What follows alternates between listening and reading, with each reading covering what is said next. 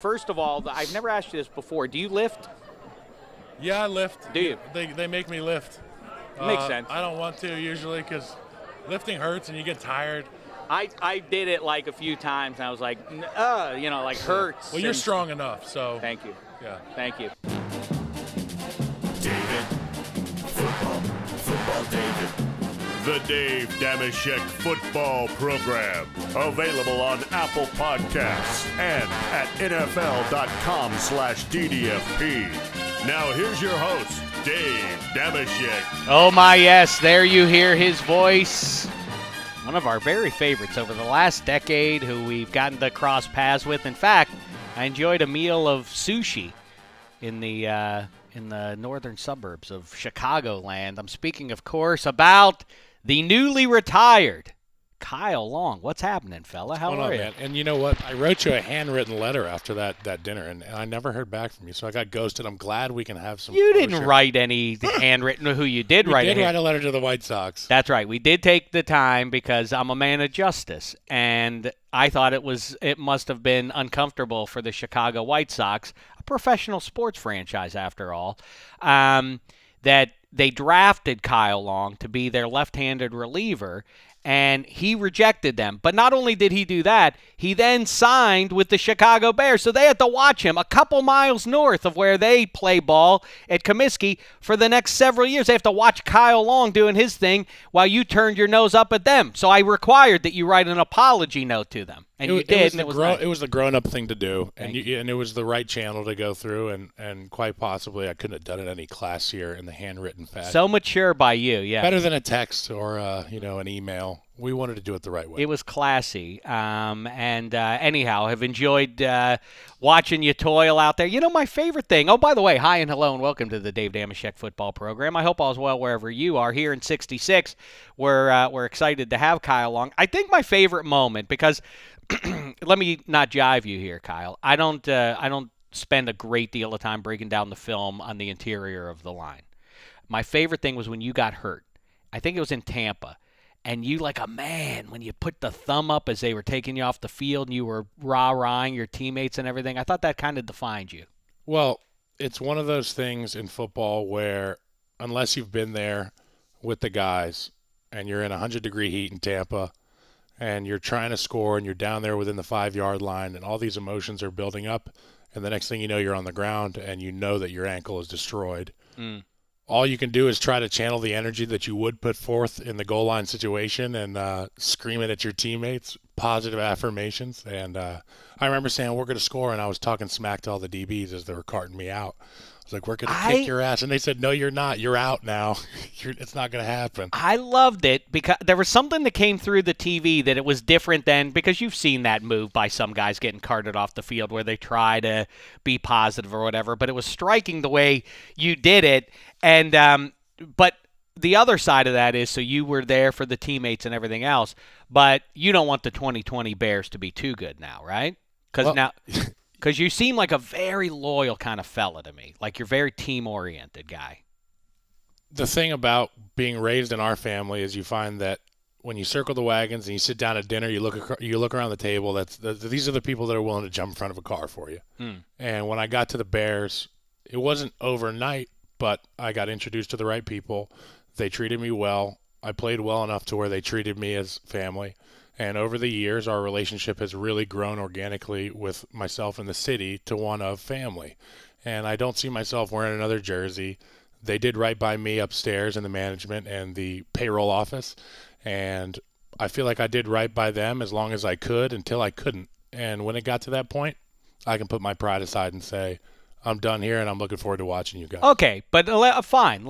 Good. Maybe they go 10-6, and they get to the playoffs, and you can feel some pleasure for your pals. But you don't want them to win the Super Bowl the year after you leave. You'd be like, hey, not cool, guys. That hurts my feelings. I think it would be really special for the city of Chicago, given everything that's going on outside of the NFL there, with the Bulls struggling, the Cubs being in the World Series window but not quite getting it done right now with their contracts. And I feel like the White Sox are an up-and-coming organization. The Blackhawks, we saw tremendous success early in my career with the Blackhawks, and we watched them do the parade multiple times.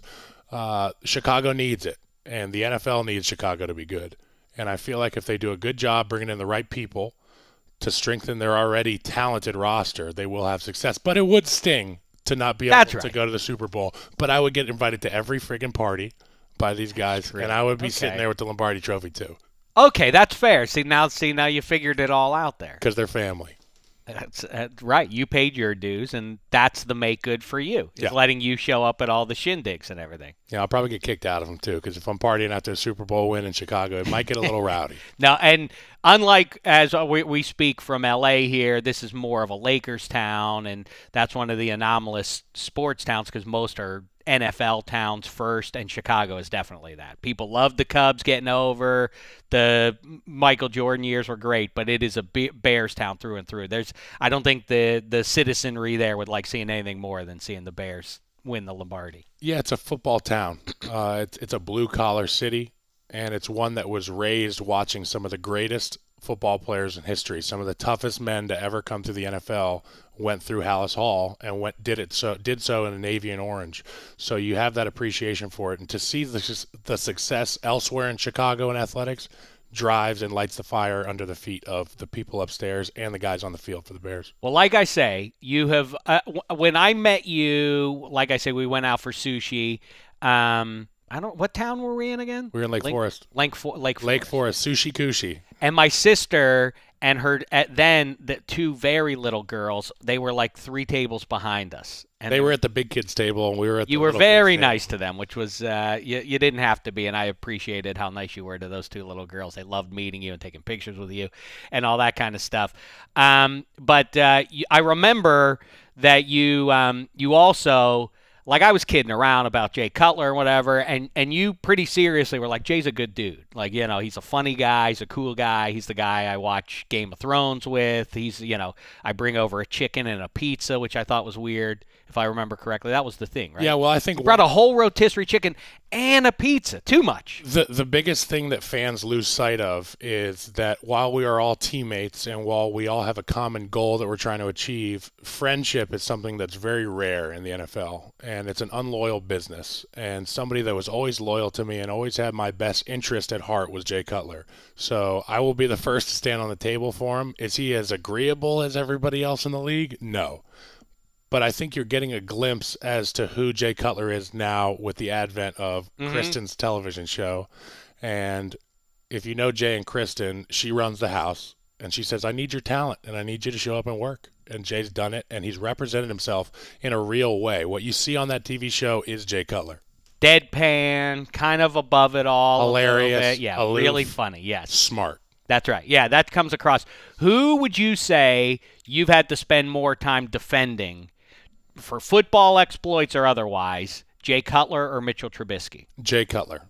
Really? Because a lot of the issues that people take with Jay Cutler are off-the-field issues. Obviously, every quarterback throws interceptions, and Jay and Mitch are both no strangers to that. But I will say a lot of the stuff people had issues with were Jay's dealings with the media, Jay's attitude, and they couldn't be more off base about his intentions. But I think Mitch's deal now is he able to show up and be the quarterback that wins in Chicago, and is he the guy that's going to get them to the Super Bowl? How much? I mean, I've passed through Chicago a few times. Like I say, I have family up there, and it really does seem like the obsession, and I guess it's well-deserved, too, because you watched Patrick Mahomes a few weeks ago win the Super Bowl, although that was more of a reach at the time. It was not like everybody in the NFL was like, Patrick Mahomes is definitely going to be a Hall of Fame level guy. Deshaun Watson felt like the more guaranteed. I remember sitting at that draft and thinking, 2 QBs ahead of Deshaun Watson, who just beat Bama? Meyer said this is the Michael Jordan of the NFL prior to him being drafted, we all said, guys don't throw that out very often. There must be some validity to the statement. Obviously, hindsight's 20/20, looking at Mahomes going to Kansas City, and the comparison's going to be nonstop, Mitch. So get used to it. I agree. Yeah, there's nothing you're going to be able to do. Would it be better for him? The best thing you can do is go carve out your own identity and have fans have a real organic appreciation for you. And knowing that you were drafted before him, get some people on your side, win some people over, and I think he can. And when him and Nagy can kind of have that come to Jesus and figure out what our strengths and what your strengths are and how we can bring them together, that's when you'll see the offense flourish. And in turn, it'll allow that defense to be as dominant as we saw 2 years ago. And is that something that you did? Did you ever go to Mitchell's locker or vice versa and be like, listen, man, let's kibitz about what's going on here? Because this is there's no hiding from it. That was the story mid-season, was that is that true that in the facility that all TVs couldn't be tuned in to negative media and all that kind of stuff? There's a lot of stuff that goes on throughout the course of a year, especially when you're not winning. That was one of them. And I can speak to the fact that there is an effect when you're sitting there eating your sausage and eggs at 6 in the morning and they're just bad-mouthing you. Nobody wants to hear that. I can't imagine. Nobody I would wants to hear crumble that. from that. So when people question that decision, I'd say it's a leadership decision on his part. Hey, guys, we do not need to hear this bad noise. What we need to do is figure out a plan and formulate a winning formula and come out and go win games and stop listening to the outside. People always say circle the wagons, block out the noise, but the real guys are the ones who block out the noise by creating good noise. And you're saying Mitchell should be the guy to spearhead this. And I think he has. I mean, he's a leader in that locker room. There's no doubt about it. The guys in the locker room have faith in him. But if you can't protect him and you can't run the ball, then what do you expect him to do? By the way, I don't want to get too much in the nitty-gritty. I like to hear about Kyle Long, the human being. But we're talking, 2019 Bears that a lot of people had high hopes for. So you don't imagine in this offseason that they try to get – Nick Foles doesn't make sense really contractually, but is there somebody who maybe you think they try to create competition at minimum with a legit name? I don't know necessarily in the draft, but what one way or the other? Do they I have bring no insider perspective there. The only thing I can speak to is my experience in Chicago, and I've seen Mitch win. I've seen Nagy do a great job calling plays. I've seen the running game work, and I've seen the defense be complementary. Why can't we repeat that? So we need to find out, the Bears need to find out what it is they need to do, who it is they need to obtain through the draft or free agency to solidify the offensive line, get a power running back to complement Tariq Cohen and David Montgomery, and be able to play real hard-nosed football and give Mitch opportunities to throw the ball downfield off of play action. Did you say to Nagy or anyone else, like, what are we doing? We should be running the ball more. I mean, I probably said run the damn ball more than anybody in the building, but you can't do it when you don't have the guys to block. And myself, when I'm healthy, I can block. But when I'm not healthy, I'm a liability, and that's what I was last year. What you probably wouldn't be able to handle because you're more on the interior is Dameshek's swim move. Oof. I showed it to your brother a number of years ago. Like Spitz. And did he win 2 Super Bowls after I showed it to him? Using that move. I don't know. You reach your own conclusion. And you taught Reggie White the hump move as well, didn't you? Now you're being silly. He's much old. He was much older than I was at the time. You were just a young man. Come on. Don't turn everything into a joke, Kyle. Thank you. Hey, are you now going, because I talked to Chris about this 2-3 weeks ago, now I ask you, he is surprisingly svelte, and he's one of those bad human beings who's like, oh yeah, for me, I have a hard time keeping the weight on, which I don't like people like that. Are you going to get fat now?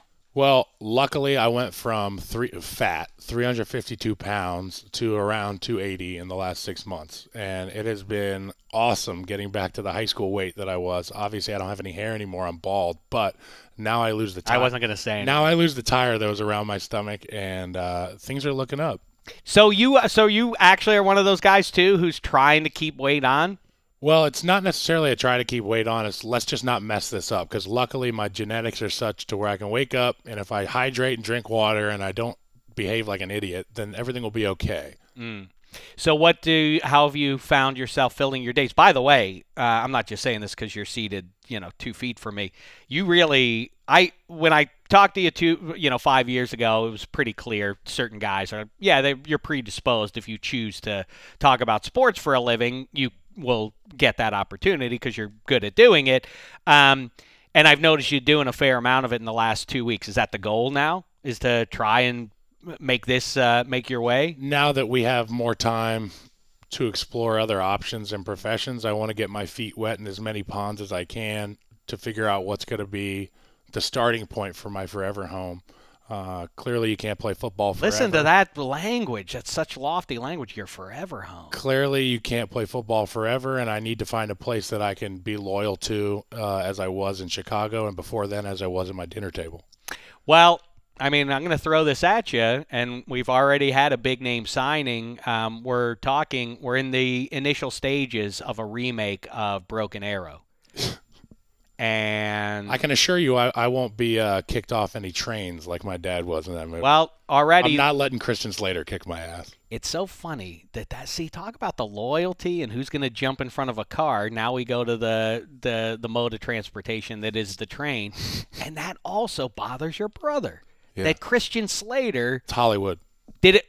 But that obviously bothered you emotionally, and your brother. Did you have some tough times for like the next year or two? Are you not that tough? Issues about that. I said, because I saw Christian Slater and he wasn't that big of a dude. No, he's not. And Dad, you look like Duke Nukem. Explain to me why you're getting your butt kicked and literally kicked off of a bridge. Did he have a plausible explanation? Hollywood. I don't know. It's pretty. I think it was like, do you fishy. like your new baseball cleats? Well, what about that? We get you in the Travolta wig, and you play the heavy. Deke. I'm down. As long as I get to drive the Hummer, I think I'm okay. Okay. Yeah, we got to find a role for your old man. But I'll be the desert Uber driver. I think that then means, am I right, Eddie Spaghetti, that he is then, that Kyle will be Travolta, and didn't Chris say he wants to be the Christian Slater role? Yeah, I think you definitely said that. Yeah, you're right about that. All right. Yeah. And then I'm the woman, I guess. Yeah. The redhead woman in the movie. The police officer. That's right. So I don't want to, I don't want to poke at you a little bit. But what happened in 2015? You had 4 holding penalties, 4 false starts, and only 26. I mean, that was an especially tough year for you with the yellow flags. Did something happen that we don't know about with the referees, that they had it out for Kyle Long? 2015, I'd be interested to see if we had a quarterback change there. It could have been the year that Jimmy Clausen was in for an injured Jay Cutler. But, I can't make excuses. Well, I mean, see, you false start means I was just ready to go. I understand, but it's interesting that you just said I can't make excuses, but then you preceded that with just like, was that Jimmy Clausen? Because it sounded to me like there are a lot of differences in cadence, I will say, from going from Jay Cutler to Jimmy Clausen. Also, I just am an idiot, so I'm going to false start. I rarely know the play. I usually just ask the guy next to me, who do I got?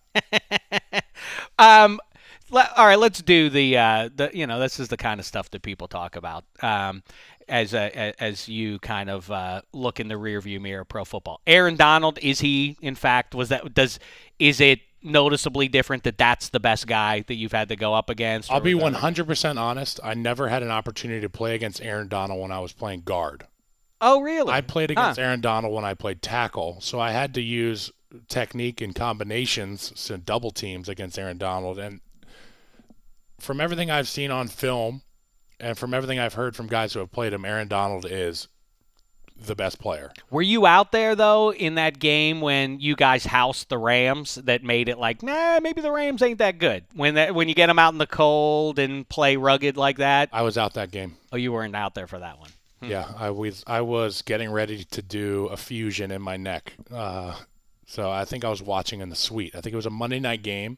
And we ran the ball well, and we stopped their run, and we forced Jared Goff to beat us down the field, and he couldn't. Who else then will you, as in the decades upcoming, who will you be like, that guy was the toughest I faced? Well, I feel like when I have kids and they start to ask me who the guys were that, you sat in bed, you stayed up late thinking about, and it's Aaron Donald being one of them, if I have to prepare for that. Geno Atkins is one of the best players I've ever played against. I can speak to edge rushers and interior guys because I've played both. Akeem Hicks from Chicago is a literal bear, and he's an angry one. He's not Yogi. He's 350, 6'6", and wants to rip your face off. But there are guys like that all over the league, and some guys we may not know their names now will be breakout players next year. Okay, 60 minutes of action. You have to play tackle in this one. Across from you, number 91 or 56, whatever team he's on, Chris Long. Does Chris Long get a sack? Does he get a half a sack? Does he get multiple sacks? does Kyle Long get any of those vexing holding and or false start penalties, even if it's not Jimmy Clausen? I think Chris was one of the most successful pests in the NFL for a very long time. He works so hard, but what people fail to realize is how athletic he is. If we were to play against each other, he would probably have me kicked out of the game by the second quarter because he could just get under my skin. And he would beat the backup. With words, you mean? About a dozen times. What would he say that would get under your skin, that would bother you? He's got the big brother thing going. I don't know exactly what it would be, but he would find a way to pick away at me. And I've always been the one that lets my emotions get the best of me. I'm going to treat you the way Christian Slater treated Dad. Exactly like that. Yeah. And it's like ridiculous things come out of his mouth. And you're like, he can't be serious. But then it keeps coming. And I'm like, Chris, just shut up.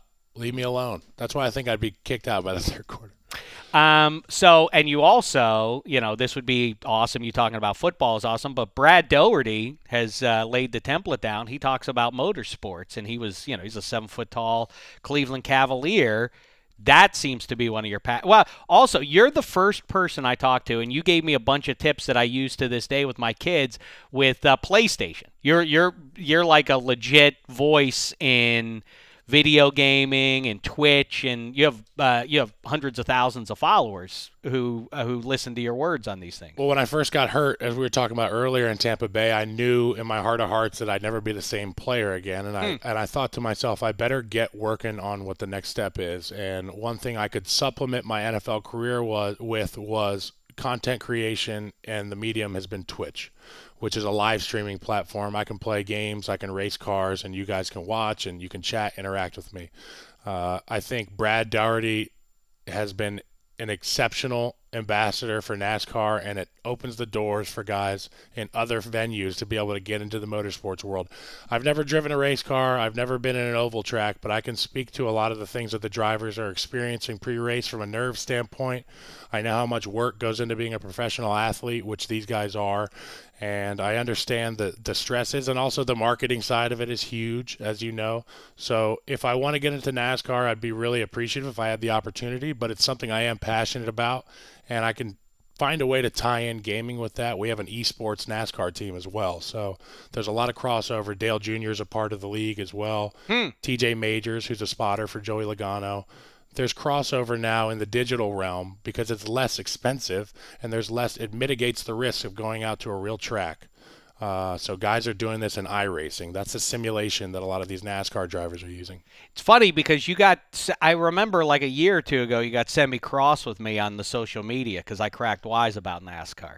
All I said was, though, just for the record, I would have to see receipts on that. I remember Eddie Spaghetti behind the glass, if you would be so kind. If I recall correctly, I said something about, remember 10 or 20 years ago, when it was announced by everybody that NASCAR was about to be the 5th major sport, and that's silly. That silly, something like that, because it isn't now. It wasn't denigrating the sport. It was just saying it.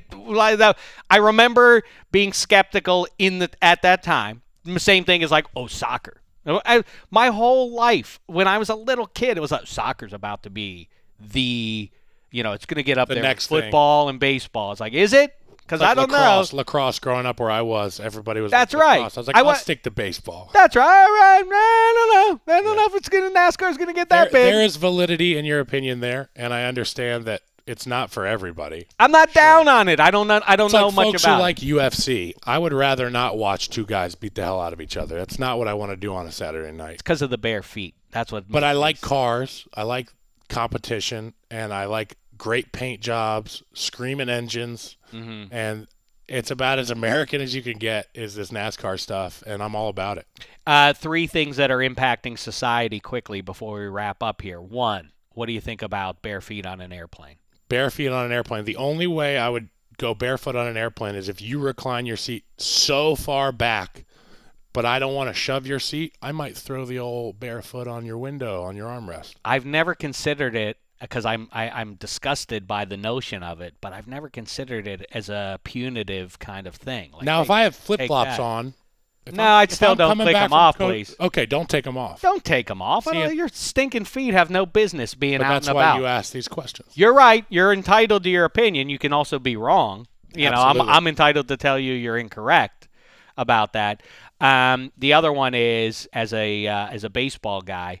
I mean, really, I've talked to people about it. You were for real, like a major league a guy whose ceiling was, spending time out in the bullpen and coming in and at least facing the lefties. That was that was kind of the low end of what the expectation was for you if you decided to play MLB, right? Yeah, and you never know. I mean, obviously kids all over the world play baseball, whereas for the most part, football's an American sport. But wouldn't that be? I've always said, to me, if I could pick any job in as an athlete, I would be, I think, either a platoon outfielder, because I wouldn't want to play every game, 160. A lot of games. Yeah, like give me 80 games. Like, I'll play half the games. I'd want to be Bubba Watson. Yeah. Oh, the golf would be, to me, the maybe even better though. Getting to sit out in the dugout. I mean, out in the bullpen. Like at Wrigley, you just sit right there. Like you could conceivably say, like, here's $10 if you get me a beer to the guy in the front row. And I'm sure it happens. I'm sure it does. Yeah, does happen. I remember talking to Shooter Beck and all those guys when they were with the Cubs. Yeah, you sit right there. I think that's the most desirable, to be in the bullpen. Do you miss that? And I think it fits my vibe. Yeah, I could. Because a lot of football guys are super aggressive. Yeah. I'm as big and scary and ugly looking as I am, I'm pretty laid back and I'm a pretty nice guy. And I feel like all the Major League Baseball guys, they love the game like the old 90s NBA ads. I love this game. Mm-hmm. They love baseball. And you've seen in the last week or two with the Astros fallout, the reaction of the baseball purists, the Mike Trouts of the world, coming out who never speak on anything except for the weather and the game. And they're speaking about the integrity of the game. But baseball is awesome, and there's really nothing like it. Imagine. But do you do both? Are you agnostic, Cubs and White Sox, when you go to a ball game in Chicago? Well, I tell people the White Sox drafted me in the 24th, and the Cubs had 23 rounds to prove to me that they cared. So really, I'm not really. I'm with the Bears. That's the attitude I like, though. See, Yeah. That's me. I do hold the grudge for the rest of my life. Yeah, I can't put it aside. Good.